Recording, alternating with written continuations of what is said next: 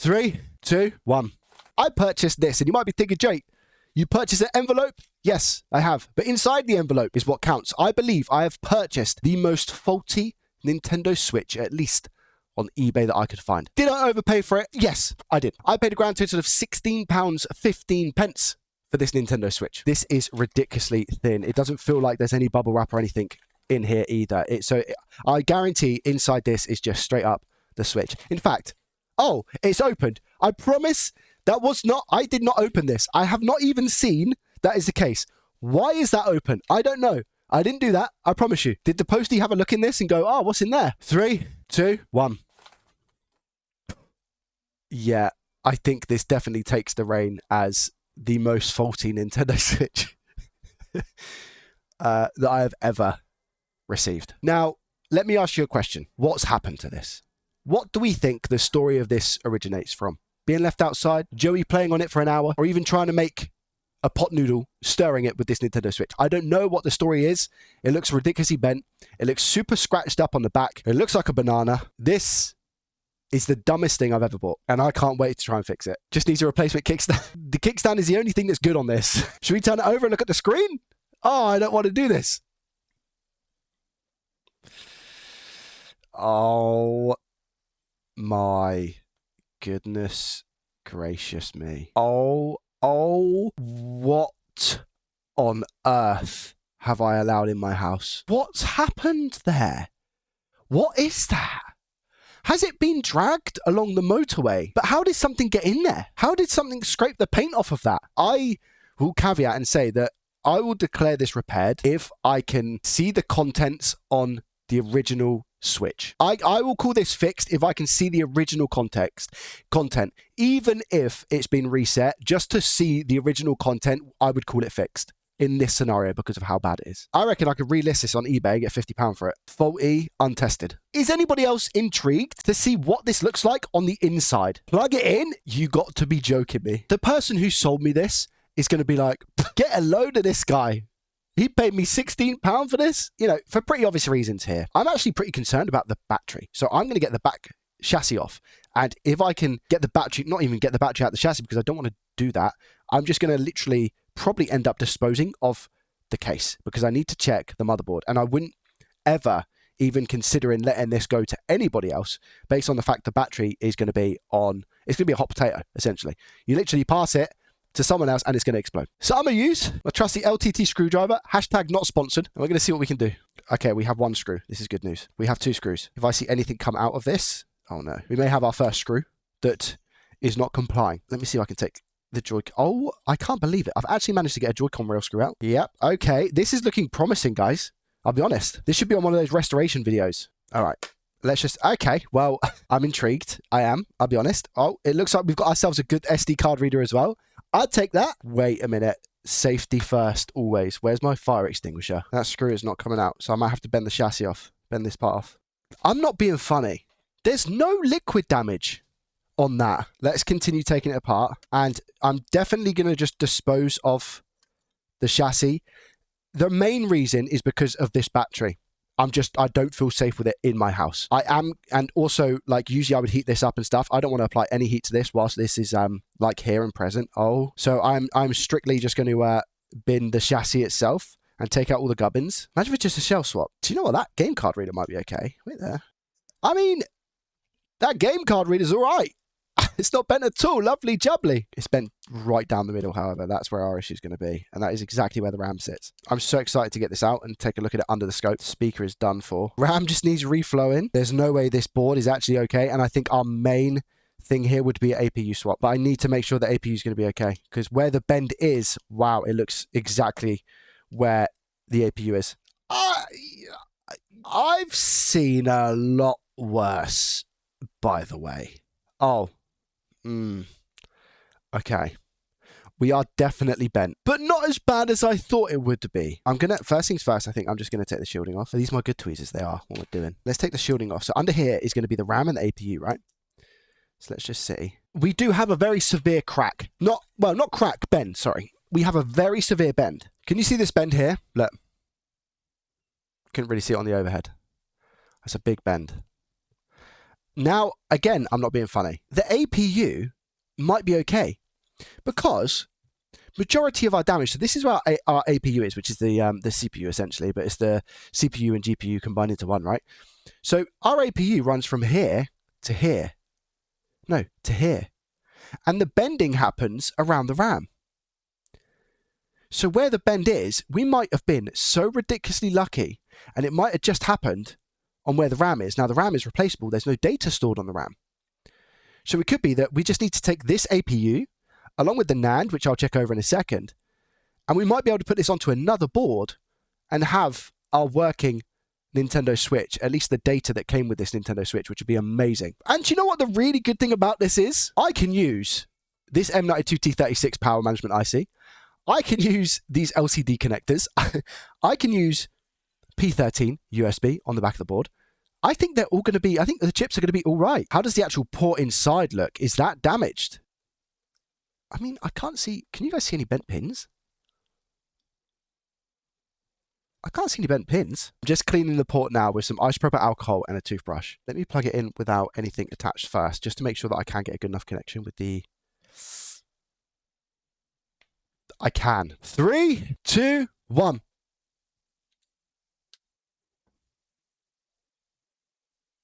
Okay.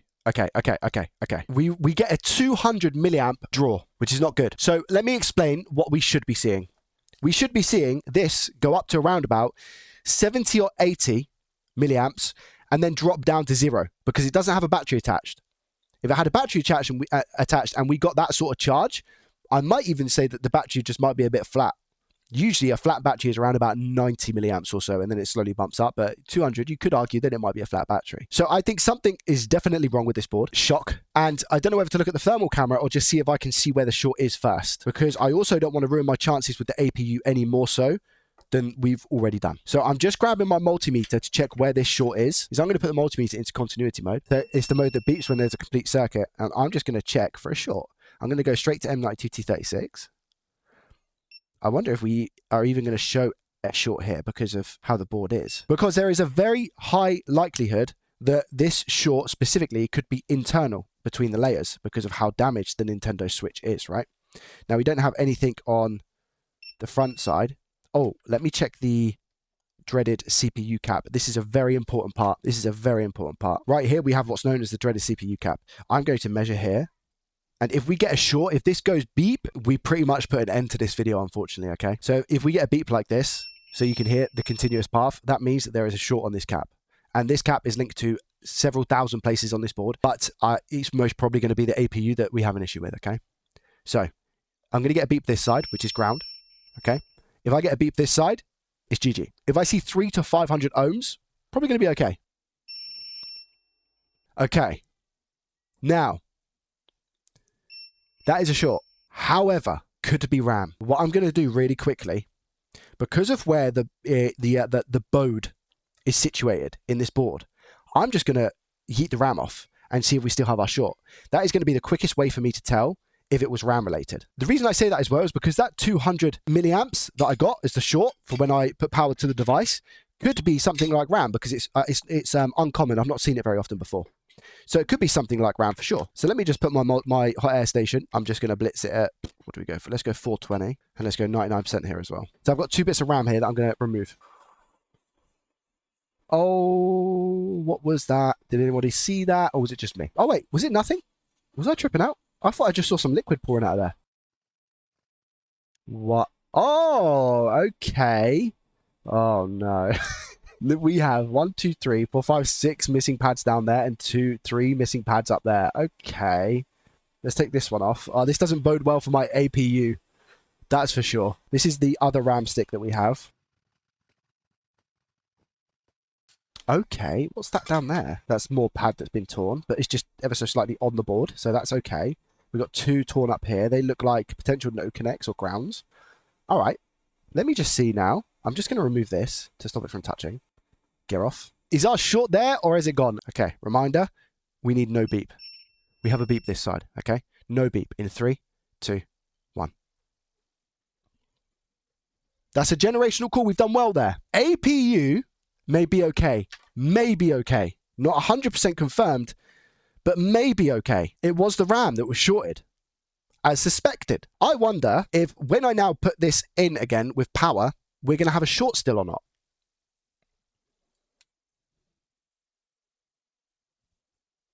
Oh, okay. I'll be honest with you. That's so much healthier than what it was. Oh, I put that up there. That 86, I'll be honest with you, could still be APU. I just personally don't know how this is meant to react when it doesn't have RAM.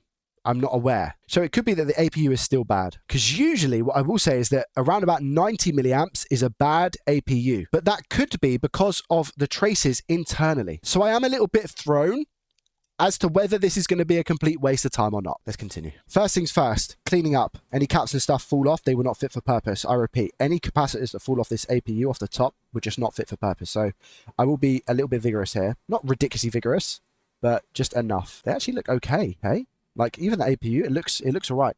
Now, my next protocol, I'm gonna need a lot of earbuds and stuff for this. So I will just put this over here, my bag. Okay, cool. The Joey rub. I'll be honest, this looks all right. I really don't want to get my hopes up. I really don't want to get my hopes up here. But it actually looks okay. All right, let me take off the... I don't even know what the status of the NAND is, if I'm honest. I have no idea if this NAND is okay or not. Let's check that now, actually. Ugh. Oh, no. Oh, no. What? Oh, no. Okay. All right. Oh, no. Oh, no. Okay. It's got a lot more difficult. That could be our other short of 80 or so milliamps. I'll be honest, because those pins, I mean, they're not connected, number one, from what I can tell. Let me get a bit closer. Now, I'm going to explain some stuff in a second. I just want to inspect this. Yeah, those pins are off the board, which it actually gives me a little bit of hope. Yeah, look. So that's probably telling me that's why we had our little 80 milliamp draw, because it couldn't find the NAND. Now, the good thing is, this part is not the NAND. This is just the board that houses the NAND. The NAND is this chip here. So we can take this chip off, and it doesn't look bent to me. This doesn't look bent. So what it means is that I can take off the NAND chip, which is this bad boy here, and I can put it onto another board. That doesn't look too bad to me. Just change connector. Could do that as well. To be fair, the board is actually okay. I could just change the... I mean, that wouldn't take long at all, because it's so thin as well. I just go from underside to not burn it, because the actual pads on it look okay. Connector first? All right, yeah, we'll do that. Okay, let's put that to the side for the time being. We've got bigger fish to fry, being this fish. Right, yeah, man, APU. Any wrong moves, I could tear pads off of the APU itself. I don't really care about the board necessarily, but I could definitely tear pads off the APU. So I need to be super cautious right now and very, very careful. I'm going to go with 420, 99%. And I'm heating the board up first.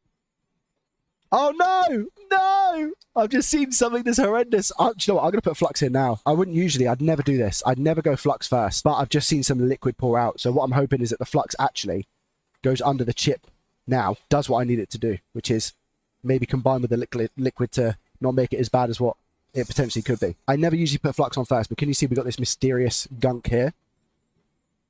I need to try and save this APU as much as I possibly can. I need to be super careful. So I'm just going around the board with the hot air gun. And the reason I'm doing that is to bring the board temperature up, because I don't want to just focus the hot air gun on the APU, because then it will take all of the heat. And because it's quite a thick chip, all of that heat will go onto the top of the APU. I don't want that. So now I'm just going to hone in a little bit more. Now that the board is going to be hotter, and I'm just moving the hot air around to dissipate the heat evenly. It's loose. So now I come in with my shoddy tweezers. And voila, we have our APU. Now, these bits down here are bits from the board. They are pulled pads from the board, which we knew was going to happen. What I'm inspecting for is the health of the APU in general. I don't want any missing pads on the APU, which can definitely happen. So what I need to do now is quickly get this into a mold and very carefully wick away what we currently have. So what I'm going to do is apply some heat into the chip ever so slightly, and a lot further away than what I was doing before, right? I'm going to add some flux, which is very liquidy at the moment. I'm going to go 380 degrees Celsius on my iron, and I am just going to quickly add some leaded. Now, I wouldn't, again, usually do this. I would just come straight in with a wick, but I'm just going to see if any of these pads are missing. And the solder is going to be more gentle than the wicking process. Look at that. We might be in luck here, you know. Wow. I'm going to trim my wick and turn it around now, horizontally. Okay, I'm going to put some heat back into the APU and wipe it with a cloth. Ready? And now I'm going to inspect under the scope to see how we're getting on. I can't believe this, to be fair. I can't believe there's no...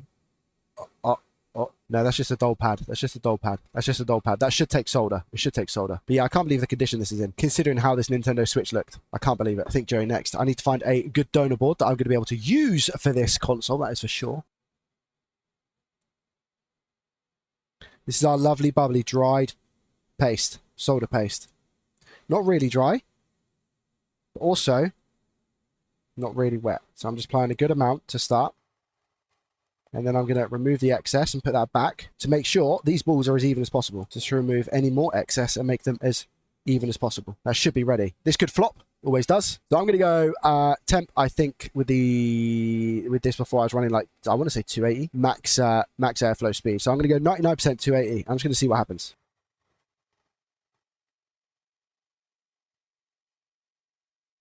Okay, we're starting to go.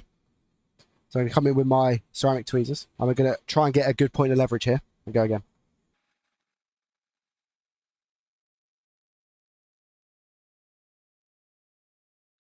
Should be okay. You always have a couple of runners and ones that will stick to stencils, all those things. But as a general theory, should be okay. I can see one that hasn't been filled in properly. Just take this out of the stencil and actually give it 2 more seconds, let it cool down. Now, I can't remember what I said in the Switch Lite video, whether it was going to be 0.3s or 0.4s. 0.4.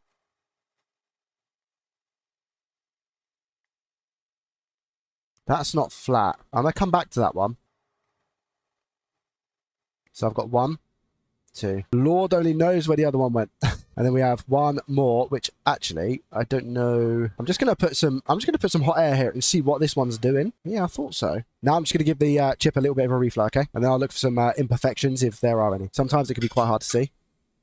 Saying that, there's 2 over there. I see 2 over here. Can I see anywhere else? No, I think it's just those 2. Is there one missing here? Yeah. Yeah, I just need a reflow now.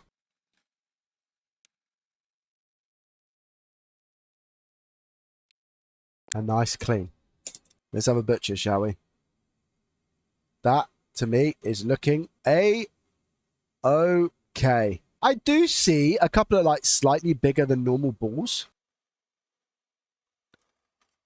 I think that went extremely well. It's a tiny bit off, but it's so much better this way than what it was as a 04. I think first things first. Let's get this APU on. I need a donor. Place her on. Get in position. Right there. I'm pretty sure that's it. I think it's just moved. I think it just moved.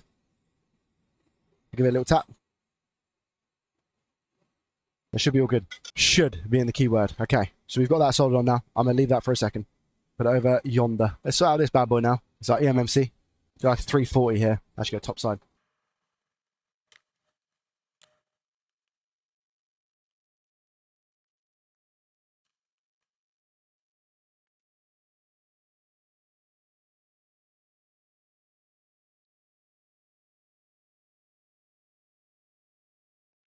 I think she'll be okay.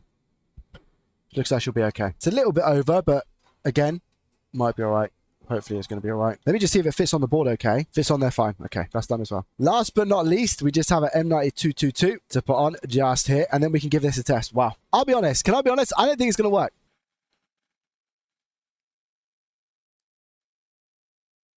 Supposedly, we are done.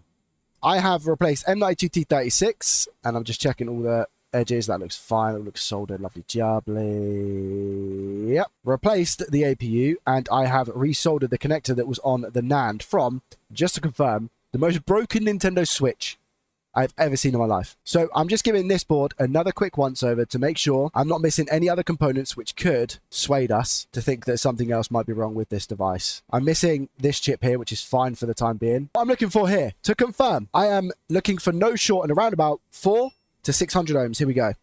So no short. I don't want this to beep. 3, 2, 1. Okay. All right. 546 is actually quite nice. The next big thing is, do we have a short? Can you see up here in the top right? We have an ammeter. What I need this to show about 60 or 70 milliamps, then drop down to 0. That's what I need. Now, if this doesn't work, I'm not going to get too upset. And the reason I'm not going to get too upset is because it could be the board itself is faulty and not the APU swap that we did. So let's see what happens. Are we ready?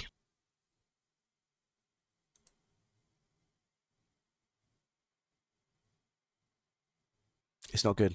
It's not good. It's set on 80 to 90 milliamps. I need that to drop to 0, which it's not doing. I'm just going to get a battery and see if it kind of just sits at nothing. See what happens with the battery. It's just dropped in current from 460 to 365. It's not working on both sides, which is weird. But it was a second ago, no? Straight to 440 as well. It's not good. 432, I'm just seeing if this APU is getting warm. Let me push on the APU. No, it's still not doing what I want it to do. It's just sat at 88. Just going to check I'm getting my voltages here. 0.11, is that normal? 1.8. 0.9. 1.8. 0.09. 1.8. Is that normal? 0.09? And look, if I push on the connector, wait, look, if I push on the connector, it goes 0.1. If I lift off, 0.6. Push down, 0.09. That can't be right, guys. I wonder if this board is bent. Let me try reflow quick. Okay, let's try again. Same thing. Wonder if it's still doing the thing. When I push down on that connector, it's still dropping in voltage. So I measure here. But then if I push down, 0.1. It could be a bad eMMC board. Try a different eMMC. I don't know if that's going to do anything though. Different eMMC now, which is this chip here. See if it does the same thing. Same thing. What about if I measure and do that touch test? Does that happen on this one as well? No, see guys, that's meant to be a 1.8. That one that I'm measuring is meant to be a 1.8. That's a 1.8. That's a 1.8. That's a 1.8. That's a 1.8. That's a 0.9. And that's like a 0.89. So I reckon it could be the board. Or it's the board or the chip. So if I give this voltage again, it's the board or the chip. I'm talking about on the actual eMMC. I feel like the eMMC is bust. I think the last thing that I'm going to do is try and take the NAND from here and put it onto another board. I feel like that's like the last thing I can do. So I'm going to rebuild the eMMC chip that we have. And I'm going to try and put that on a different board. Probably the board that I just taken off, actually. So I'll try, and this one, the one that I need to transplant, doesn't have the metal shield, so that's how I know. So I need to take this one and put it onto here. What I'm doing now is just removing the eMMC from the supposedly bad PCB. And then I'm going to rebuild this eMMC and put it on another PCB. To be fair, that doesn't actually look too bad of a pull.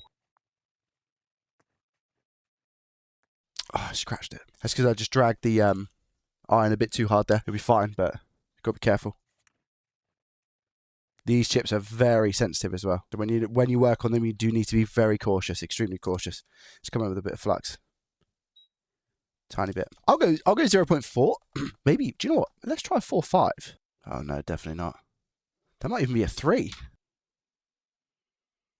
Yeah, well, I don't have a 3.5, so I'm pretty sure 3 is going to be what we use.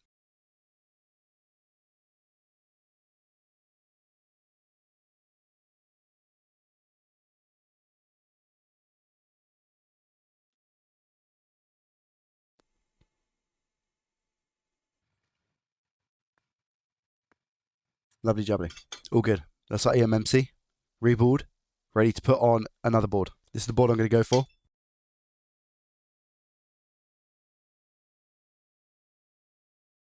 I'm going to look at another one as well, just to make sure. I can tell you now that's obviously not okay, but I'm just going to get another one just for reference, so I know exactly where I'm going to go from. There. This could go horribly wrong. Let's find out. Looks a little bit off, but it's probably going to be off regardless, right? Here we go. Send it home. Sink into place. Yes.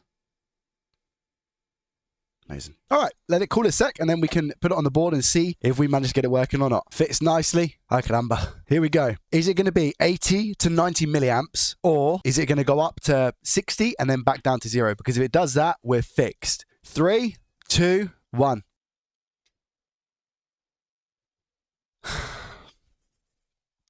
It's still the same. Let me check and see if we get 1.8 volts here now. So you get 0.9 on the first. Let me go under the scope and show you what I'm talking about. 0.7, 0.9, 1.8, 1.8, 0.7 again.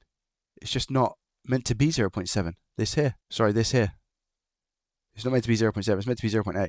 And watch when I push on it. Ready? 0.8.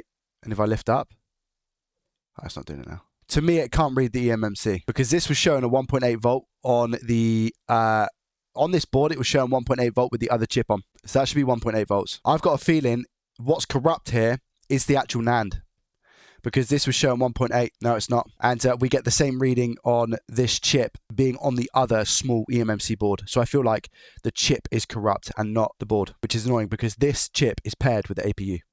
So if you can't get this working, this NAND working, then it's GG because the APU is not going to work.